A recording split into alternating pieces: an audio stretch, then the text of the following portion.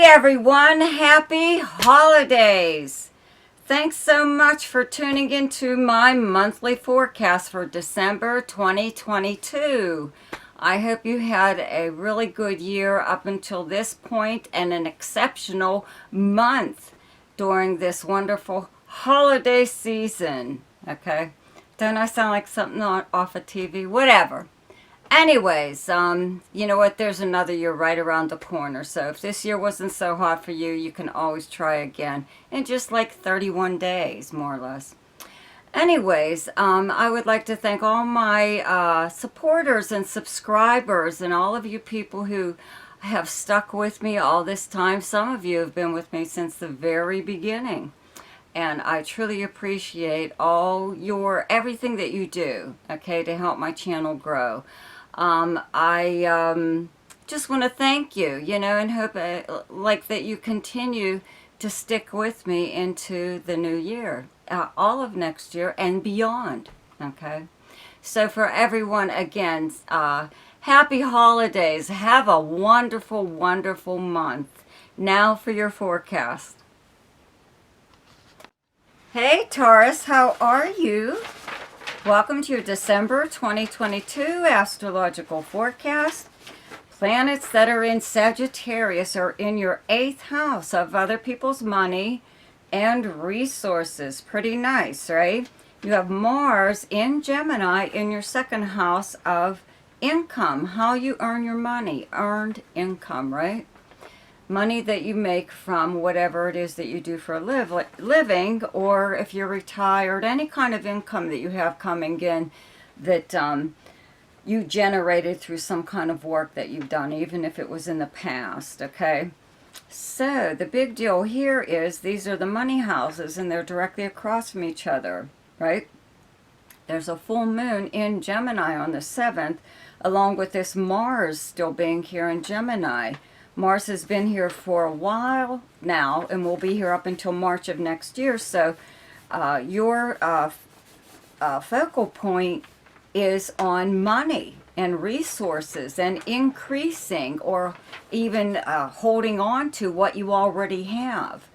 But Mars is retrograde right now, so that doesn't mean that it could be that some things have slowed down in this area as far as money coming to you, but it could also mean that something that was already supposed to have been in your hands, that was delayed, may finally show up, okay? Now, around this full moon on the 7th, there could be some kind of, discussion about money or resources and how to use them, and this is a discussion that you would be having with a partner of some kind, okay? This is a business partner, a romantic partner, a spouse, or a, significant other, or a close friend, or anyone that you have some kind of like an arrangement with or an agreement with. It could even be like with a creditor, like a bank or a credit card company, or someone that maybe you borrowed money from, or resources of some kind using something that they have, or vice versa. Someone, did this to you. You're the lender, not the borrower. So this is a time when something like that could come up and it may be a little bit of a problem. It could even be something just as small as spending too much money at this time of the year, because of the holidays. Maybe, putting your foot down and saying, no, we're not going to spend like this, like crazy. We're not going to live on credit cards for the holidays or something, okay? So it could be just like something like that, but just keep that in mind. You have the sun in your 8th house in Sagittarius up until the 21st, okay? Venus has been here for a while, since last month, and it's here up until like the 9th, and Mercury is here up until the 6th, okay? Then both Venus and Mercury, okay, on the 6th, Mercury moves into Capricorn and into your 9th house where you have Capricorn, then Venus moves there also, and then the Sun on the 21st. All of these move into, planets move into your 9th house of fellow Earth sign, Capricorn, and there's also a new moon in Capricorn on the 23rd. Okay, so there's a new beginning wherever there's a new moon, and the ninth house is many, many things. It is your philosophy on life, your outlook, your spiritual, religious beliefs, but like your opinions even, though, even some of your political views, okay? It's foreign anything, people from another country, you know, foreigners, foreign countries, foreign ways, cultures. You know, you could take up something at this time. You know, the planet Pluto has been here for a really, really long time, so it has changed your views in some way or other in regards to religious beliefs or spiritual beliefs. You may be more spiritual now than religious. You may not even accept the religion that perhaps you were raised with. You may have adopted another way of a lifestyle from a different culture even, okay?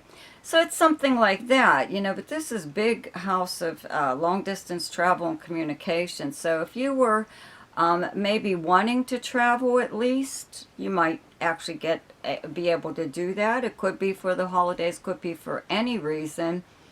But these planets are here the same time each year, so there could be something that you do at this time each year in regards to travel, okay? So it would be, you know, traveling, and more than likely it's because of the holidays, okay?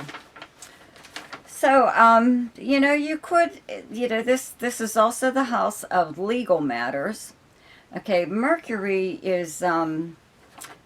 when Mercury is here, okay, it doesn't happen till the 29th, so I'm not really going to cover it until next month, but Mercury does turn retrograde on the 29th in Capricorn. So if you were planning on doing some kind of traveling, you might want to, you know, get your reservations or plans, or, you know, do whatever before this happens. Before Mercury turns retrograde, even like a few days before this, just in case, you know, so maybe you might have a little bit of trouble traveling at that time. It could just be, you know, again, normal everyday holiday madness, like at the airports or on the roads or something or other. But, you know, this is a very nice time, like for this new moon, to begin some kind of new study even. This is the house of higher learning and education. So you could even be taking up something at this time, but it's more likely because it's for a personal interest. You know, it's something that you're interested in, that you always liked. Okay? So the planet Neptune is turning direct on the 3rd. You have Neptune in your 11th house, where you have Pisces, okay, and Jupiter is just briefly back here in Pisces. So you've got Jupiter and Neptune together, okay, in your 11th house are your friends and acquaintances, your gang or group of people that are in your crowd, you know. It's your most sociable house. It's also socializing online, but also in person, and it's any kind of organization or group that you belong to. Also the house of dreams, hopes, and wishes. Just having Jupiter here just briefly means that possibly somebody from your life, you know, a friend, doesn't matter if it's new or old. It could be a new friend that you've made over the, you know, past year or so, that is back in your life. And again, like I said, it could be because of the holidays. A lot of things happen around that time. But, you know, this person has inspired you in some way, having this Jupiter and Neptune here together. They brought out this really nice part of your personality, or vice versa. Maybe you both inspired each other, but there's someone here that you have a little bit of a spiritual, maybe possibly psychic link with, that you both view each other as each other's guru.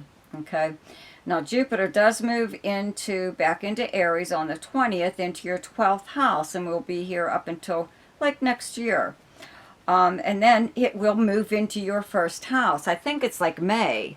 So you have that to look forward to. I've been talking about this, that if there's anything going on in your life that you're just at your wit's end, you know, if you could just hang in there a little while longer, about 6 months or so, because Jupiter is moving into your sign, and you'll still have the planet Uranus here, and that combination together just brings sudden, like dumb luck, you know, just events happening in such a way that very surprising, that very sudden, like windfalls and good fortune. So just keep that in mind, you know. Let's see what else here. That's pretty much about it. Yeah. Okay, well anyways, the best time to do something each month is when the moon is in your own sign. And the moon is in Taurus on the 4th, 5th, 6th, and 31st. The best time to lay low is when the moon is in your opposite sign, and your opposite sign is Scorpio, and those dates are the 19th and 20th. The best time for romance, recreation, creativity, fun, any kind of gambling or speculation, and anything to do with children is the 14th, 15th, 16th, 27th, 28th, and 29th. The best time for money is the 6th, 7th, 8th, 21st, and 22nd. The best time for your career is the 25th and 26th, and the best time for communication and travel is the 9th, 10th, 11th, 23rd, and 24th. So, you guys have a wonderful month, a wonderful holiday, and don't forget to check out my weekly forecasts, okay? See you later. Goodbye.